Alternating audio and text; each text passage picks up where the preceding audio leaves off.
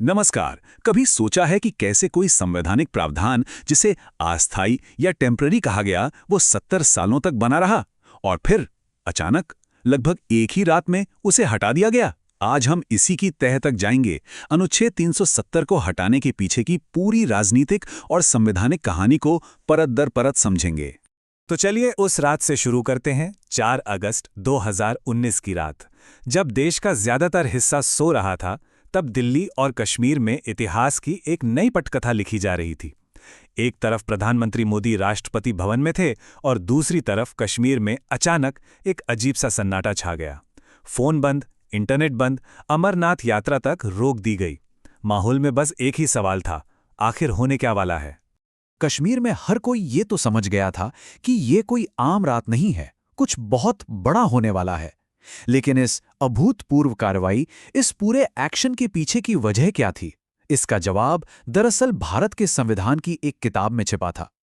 जी हां, ये सब हो रहा था भारतीय संविधान के एक बहुत ही विवादास्पद और शक्तिशाली प्रावधान के लिए। वो था अनुच्छेद 370, जो जम्मू और कश्मीर को एक स्पेशल स्टेटस देता था। चलिए अब जरा समय में पीछे चलते हैं, क्योंकि साल 2019 के इस बड़े फैसले को ठीक से समझने के लिए हमें उस कहानी को जानना होगा जो आज से 70 साल पहले भारत की आज़ादी के साथ ही शुरू हुई थी। तो बात है 1947 की, जब भारत आज़ाद हो रहा था। तब जम्मू और कश्मीर एक अनोखी रियासत थी। यहाँ के राजा तो हिंदू थे, महाराजा हरि सिंह, लेकिन आबादी में ज्यादातर लोग मुस्लिम थे। महाराजा हरि सिंह ने तो एक आज़ाद कश्मीर का सपना देखा था, लेकिन किस्मत को शायद कुछ और ही मंजूर था। अक्टूबर 1947 में सब कुछ बदल गया। पाकिस्तान से आए कबायली हमलावरों ने महाराजा को एक बहुत ही मुश्किल फैसला लेने पर मजबूर कर दिया। उनके पास अब एक ही रास्ता बचा था, भारत से मदद मांगना। और इस मदद की एक ही शर्त थी, विलय। तो 26 अक्टूबर को उन्होंने उस दस्तावेज पर दस्तखत कर दिए जिसने कश्मीर का भविष्य हमेशा के लिए बदल दिया।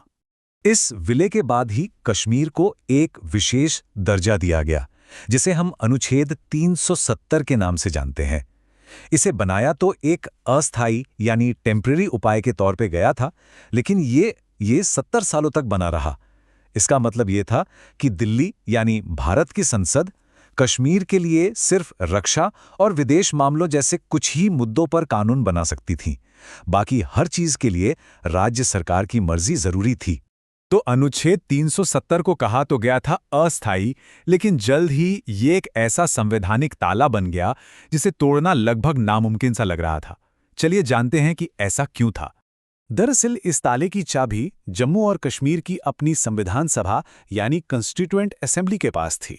संविधान में साफ साफ लिखा था कि सिर्फ वही इस अनुच्छेद को हटाने की सिफारिश कर सकती है, और ये एक बहुत बहुत बड़ी शर्त थी।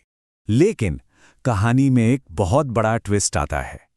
1957 में जम्मू और कश्मीर की वो संविधान सभा ही भंग कर दी गई, उसे डिसॉल्व कर दिया गया, और इसके साथ ही अनुच्छेद 370 को हटाने की वो जो इकलौती चाबी थी, वो जैसे हमेशा के लिए खो गई। कम से कम उस वक्त तो सबको यही लग रहा था। इसके बाद दशकों तक अनुच्छेद 370 एक ऐसी पहेली बना रहा जिसका कोई हल नजर नहीं आ रहा था। लेकिन फिर आया साल 2018-19, जब सरकार ने इस 70 साल पुराने ताले को खोलने का एक रास्ता खोजना शुरू कर दिया। साल 2018 में कश्मीर की राजनीति में एक बड़ा भूचाल आया। बीजेपी पीडीपी का गठबंधन टूट गया, सरकार गिर गई और राज्य में राष्ट्रपति शासन लागू हो गया। इसका सीधा मतलब ये था कि कश्मीर की विधानसभा की सारी शक्तियां अब दिल्ली में थीं, यानी भारतीय संसद के पास। और यहीं से कहानी ने एक नया मोड़ ले लिया। ये एक ऐसा मौका था जिसकी शायद किसी ने उम्मीद नहीं की थी। जो ताला 70 सालों से बंद था और जिसकी चाबी खो चुकी थी, वो चाबी अब एक तरह से सीधे संसद के हाथों में आ गई थी। ये एक ऐसा कानूनी दांवपेच था जिसका सरकार पूरा फायदा उठाने वाली थी।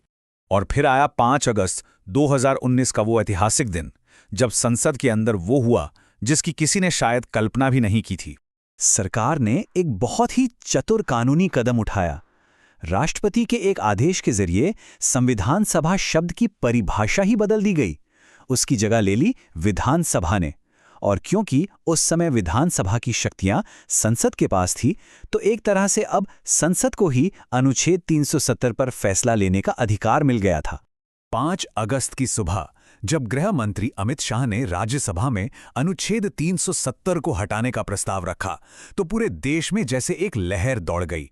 ये सिर्फ एक कानून को बदलना नहीं था, ये एक पूरे राज्य के भविष्य को, उसकी पहचान को बदलने का फैसला था। राज्यसभा में इस प्रस्ताव के पक्ष में पड़े 125 वोट। ये एक मजबूत बहुमत था और इसने सरकार के इरादों को एकदम साफ कर दिया। और अगले ही दिन लोकसभा में भी 351 वोटों के साथ ये प्रस्ताव पास हो गया। वो 70 साल पुराना संवैधानिक ताला आखिरकार टूट चुका था। भारत की संसद ने वो कर दिखाया था जो एक समय पर नामुमकिन सा लगता था। इस फैसले के साथ ही जम्मू और कश्मीर के इतिहास में एक बिल्कुल नए अध्याय की शुरुआत हो गई। तो चलिए देखते हैं कि इस फैसले के बाद असल में बदला क्या-क्या। 5 अगस्त 2019 के बाद जम्मू और कश्मीर का नक्शा और उसका भविष्य दोनों ही बदल गए। अनुच्छेद 370 और 35A खत्म हो गए। राज्य को 2 केंद्र शासित प्रदेशों में बांट दिया गया, एक जम्मू कश्मीर और दूसरा लद्दाख। और सबसे बड़ी बात, अब भारत का संविधान वहां पूरी तरह से लागू होता है, ठीक वैसे ही जैसे देश के किसी भी दूसरे हिस्से में।